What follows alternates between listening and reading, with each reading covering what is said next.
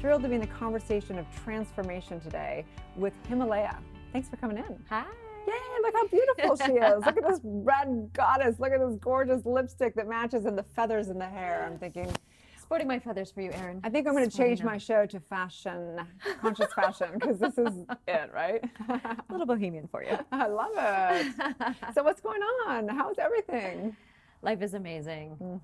How can it not be when you look like you, right? Please. It takes one to know one, my dear. Mirror for you. Thank you. So I brought you on because, as you know, this is a conscious conversation, transformation, how do we live our best lives, basically. And I've watched you online, I've seen your work, embodiment events, and I just am intrigued. You have that draw and like, I want a piece of what she's having, I'll have, right? Like Erin and Sally. So, so how was your last event? Oh, it was amazing. So yeah, this was at Mandala Center.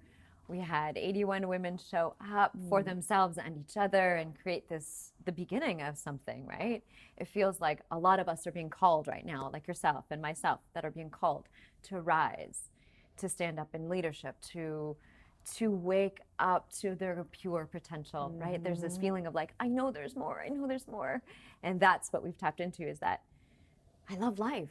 Why can't it be like that all the time? Yes, it can. So It can, right? Yeah.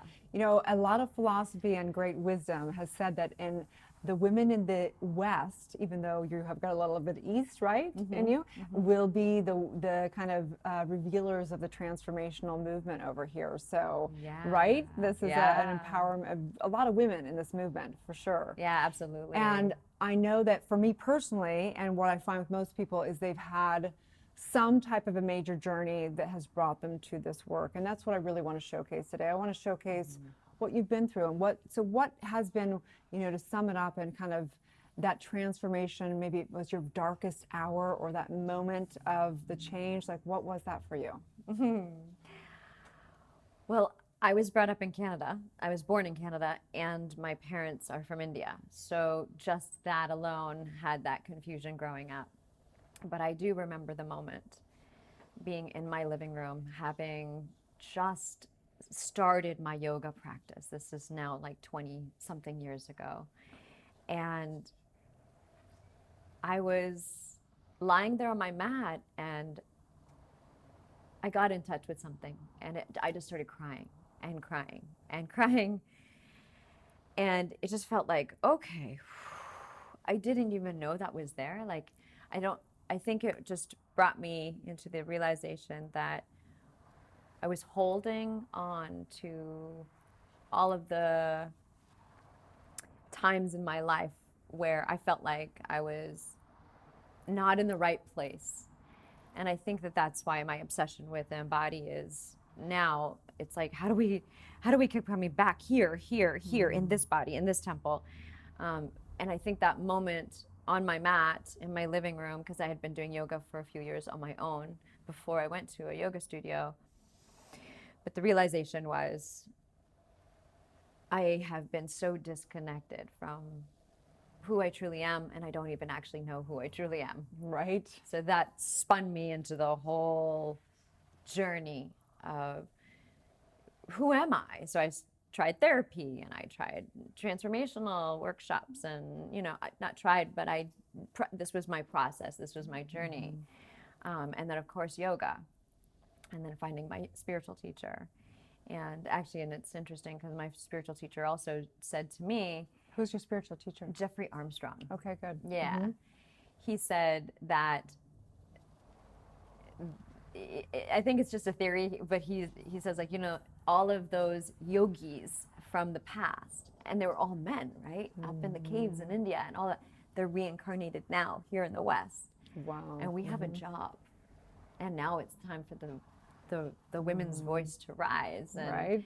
So it was really cool to— I love that. Yeah, and I didn't get that. that message until afterwards, but this was the beginning of my awakening, or my process, where it's like, oh my gosh, I have a lot of trauma in my body. I have a lot of trauma. I have a lot of discomfort. Yeah, we just watched the documentary Heal, and with Deepak Chopra and Bruce Lipton and Michael Beckwith and all the great, Marianne Williamson. And the core of that story was really about releasing. If you're going to heal, you've got to release all those emotions and beliefs and everything else in the subconscious. And of course, that's what, you know, I teach, and most, you know, transformational teachers teach. I know that you're considered what, a transformational facilitator, and I love that title because that's really what it is. You know, we can't do the work unless someone is ready to do the work. Right. So when we come back, we take a little break, but I'm just love your story so much. I think it does happen like that. It doesn't always happen with a car accident or with, you know, someone dying, but sometimes it's just on your yoga mat, and it's so profound to think that you can have one of those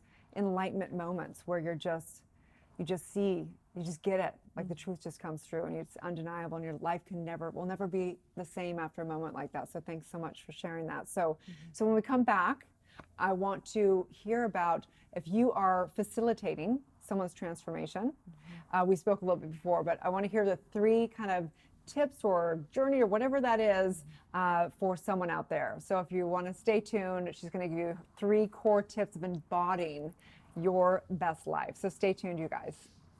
Hi there. I hope that you're enjoying this great conversation. I'm here at Focus TV Network in West Hollywood, America's first streaming video talk network. And I want to hear your story. We would like to showcase your story about consciousness, awakening, and spirituality. So you can reach out to me at below. You'll see right here my email and all of our contact information. We want you. Now back to the show.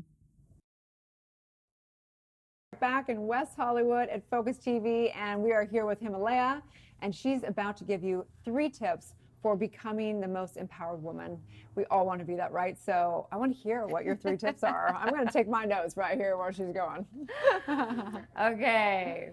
So in order for us to come into our fullness, to have access to everything, this is what I call the word embody, we need to, first step is to release the mindset. Release the things in our way, the things that have been holding us back, the old baggage, patterns, old beliefs. And it's not like they're going to go away, but there's a way to like transcend, to wipe, to clear, to come back to clear again and again and again. And I call that the reset button.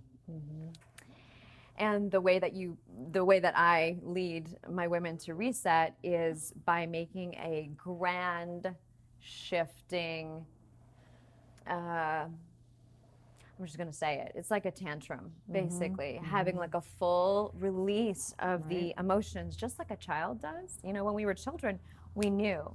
So really this first step is associated with the wisdom of the child. So how would that look like? If I come in, I'm in one of your workshops or events, and we're doing this process, what does that look like? Yeah, it looks like me taking us through something called the emotional release technique. Okay. And so we do a little bit of yoga, warm up the body, to get the endocrine system ready to feel safe enough to release the stuff that's in its way. Then I take us through this particular process of the release exercise. And it culminates, and if you watch any of my videos, you'll see it culminates into like a full, really like roaring it out, just like that 2-year-old has the wisdom to do that. And then you see this all the time with children. A child will feel something. They don't hold on to it like us adults do. We sit there and we're like, everything's fine. I'm so good. Everything's good, right? It's just this fake little mask, and it just keeps getting harder and harder. No, I've never done that ever. No, what are you talking about? Exactly. But children, they feel something just like, and they do it, and they're like, da, da, da, da, da, da, da, and everything's just great and dandy. Now we just call women crazy that do that, and it's actually really healthy, right? Right. It's interesting. And that's the thing, is taking responsibility for it, doing it in your own space, doing it in your own room. I'm not, suggesting that we go walking down the streets or even shouting it out towards anybody. This is our process. And it's the fastest way I know to bring me into, there I am. Like, there I am again with connection back to that human essence. Got it. Second step, rejuvenation through movement. So we get so stagnant. Our systems are energy. Like, we have these energetic parts of our body that, we've got this physical body. This is the easiest thing to see. We've got this energetic body. We don't see it. So it's not like we wash it up and we clean it or we put oils on it. This is the part of us that needs to move, and for us women, sensually. So there's some specific The guys out there are all like, movements. are guys invited? They're wondering. Of course, yeah. So at conferences and festivals where I teach, and some of the events that I do, there's men, there's women. Good. It's a beautiful mishmash. But it is finding like that rejuvenation. Like I'm doing this movement because it is a lot of circular, and it's very healing. The Taoists talk about this particular motion being a We call it spinal flex in a yoga practice. Yeah. okay, Yeah. great. In the Taoist practice, I can't remember what it's called now that I'm sitting here, but it is this complete way to basically chip off all of that stuff that is in our energetic system, that the depression, the anxiety, the worry, the pain, the holding on to the trauma, all of that stuff, and bring us into that awakening. And so there's some different movements that are specific Beautiful. to the rejuvenation. That's rejuvenation. Yeah, so the second piece is rejuvenation. Third is naturally comes realign with your mission. Because for us women, I think you've probably heard of it, that we need to be on purpose with our mission. I call it mission because it's the thing that wakes me up every day. It's the, right, there it is. There it is. I'm serving my community, my tribe, my family, my people. And this is the part where it's missing is myself. So that's the work that we do. And don't you find it like in today's world, we have just so much chaos and social media that when you have purpose and you have direction, it's easy to go, no, I'm not going to be sitting on social media scrolling through the feed because I've got something to do and I love what I do. So it's really simple. It simplifies things. Yeah. And this is, that's a perfect segue into that extra disembodied part of us that is from our cultural stress. Like we have this culture with our phones and our devices and our screen time that takes us away from the human essence, this body and our spiritual connection being here. So that disembodied part of us that's like lost. It's this like, I don't really know how to do this thing. And all I know is to look outside. So what embody means to me is like, come back home to this. Yeah. And those are the 3 steps that bring you there. And you can see it all over you. I mean, that's the thing is that it's funny because when you think about spiritual work or embodiment work or transformation, how do you know if anyone's done their work? It's like, I can look at somebody and just look at them. I can just see it in their eyes if they've done their work. It's nothing can be spoken about it. It's just kind of an essence and you clearly have it. So when we come back, we're gonna take another break. But when we come back, there's that person out there that's saying, okay, yes, I'm ready for this. Yes, I want to sign up for an event, or yes, I want to go do whatever. I want you like maybe give them some kind of tips and little hacks they can do in the meanwhile so they can get to that bigger community and things like that, okay? Sure. So when we come back, we're going to have kind of like maybe Himalaya's daily tips for you. How about that, okay? So I'm going to make you come back and watch the rest of this because she's hot and she's embodying it and she's an empowered woman, so stay tuned.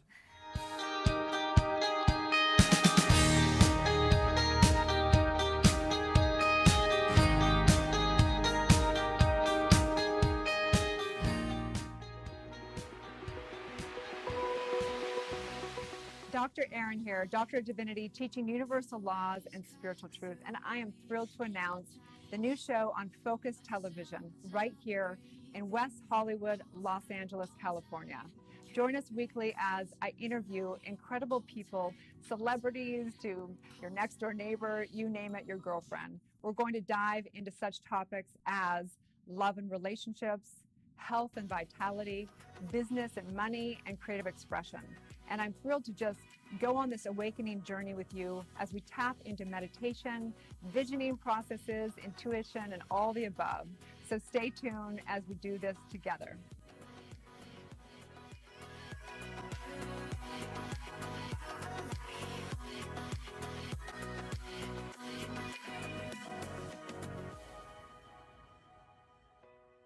Okay, we're back with Himalaya. She just gave us 3 tips, basically steps to the journey of being an empowered woman. And now I want to know, what are some tips? Like what are some little hacks for women out there that are just slightly beginning the journey, but I just remember myself when I was beginning the journey, I wanted it so bad, but I didn't know, it was like, where do I go? What do I do? How do I do this every day? And I wanted to be one way, but I was still living, I was just a mess still, right? So what are some tips for some? Yeah, you can use journaling. I think that's a really great basic segue and beginning of communication with your higher self. And this is what I call it now, is like that place where you're just like, I'm aligned. There I am. That's the one. Whoo, right there. And journaling for me was a really great opening. Right. So doing what The Artist Way, if you know this book called The Artist Way, it's one of my wonderful awakening books too. 3 pages, nonstop, just stream of consciousness. And what I found after doing that practice for some time is like the first half was just like all the garbage, all of the stuff. And then the second half became like this prayer and this conversation with the divine, whatever you call the divine. It could be God, Jesus, Buddha, Krishna, whatever.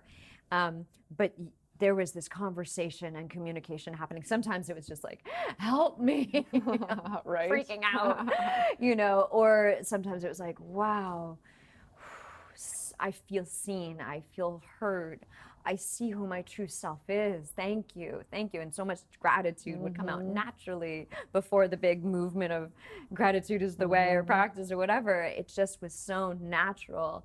So that would be one way. And then taking that to another practice to do is actually, you get the garbage out and then get really clear. Write out clearly. If you were to imagine, if you've had those glimpses of the woman that you feel is that, which you feel like, oh my God, I could do that, or, and it goes away really quickly, or, it's just a bigger vision of what you've experienced or thought of yourself or live the way that you're living right now. Get really clear, write it down. I call it envisioning.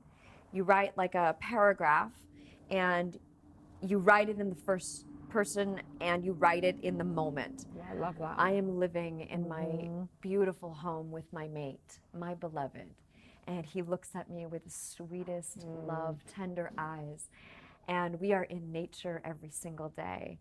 I am living my dream, serving in my mission, leading women. This is what I wrote, leading women and teaching the things that I've learned along my way to empower their lives. I love and that. So on, right? So you write, you get Great really clear. Great advice. I remember doing a process like that where I had to kind of speak to my older, more wise self, and then the little girl, and just, you do. Sometimes I'd have like venting, if I had things to like, right. Or gratitude or whatever. It's like books and books and stuff, It's like, I know. Great advice for people for sure. Yeah, and like those books, sometimes we keep them, and sometimes I just throw them away. Burn those suckers. Exactly. Totally. And then the third thing I would suggest for anybody new on their path is move your body. Walk often. Go to a dance class, even if you're scared. Like, go to a simple whatever. We need to go salsa dancing, Zumba, by the way. yeah, Do you ever go? like whatever. You're going to wear that dress. Yeah, for I'm sure. going to wear this dress for sure. But I've been like Afro funk lately, and like dance hall, and like get my groove on that way. But I spice it up. I switch it up. I'm leading, but I still need to be led, I agree. So no matter what part of your path you're on, movement is key, and dance for women is a, I agree. Yeah, it really like we wake up in a whole other way, and it's fun. Sure. It is fun. I couldn't agree more. Sometimes it's hard for people to get to the gym, so I go, forget the gym. Do something. I don't care if it's walking around Beverly Hills where you're just walking and something to get out, something to move, for sure. It's such great advice. I love that. You're very wise, gorgeous woman. And I want to know, so where can they find you? What's your next event, or what's your website? Where can they find you on social media? Hemalayaa.com. It's spelled Hemalayaa.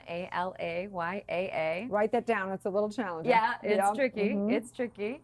And then the Embody workshops are coming up. I've got an Embody program starting in January, but the Embody workshops are coming up December 3rd, Mandala Center in Santa Monica.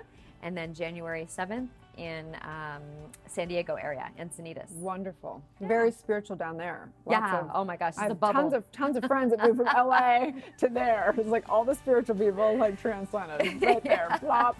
Totally. Yes. It's a so hub. wonderful. Amazing. Thank you so much for taking time out, and I really look forward to, working together, and all the women and all those women out there, collaborate. Collaboration is so Yes. important for all of us to just synergize and rise all together. It takes a village. So thank you so much, and stay tuned. Please follow her on her social media. Is it just Instagram, Facebook. Okay, great. So there you go. So may you live the most empowered woman life you've ever. And for the men out there, you can empower and embody that feminine divine rising for yourself as well. Okay. So you guys have a divine day, and may you live your truth.